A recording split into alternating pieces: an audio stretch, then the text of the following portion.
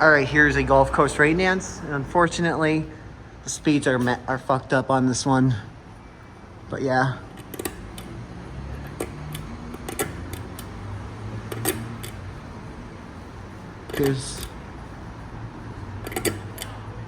Here's low.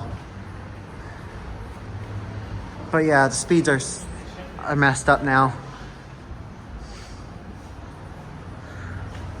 And the pull chain's very hard to pull on this one because it's gotten stiff over time.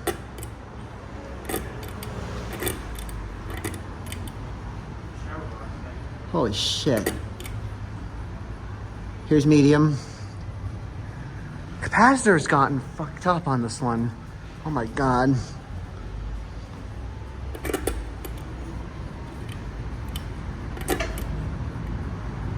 Here's high. Looks like the capacitor's drifting. It's too bad, so sad. I'm gonna be really careful with this one because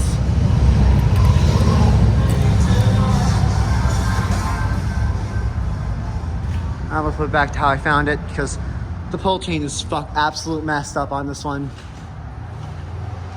But anyways, thanks for watching. Enjoy, like, comment, and subscribe.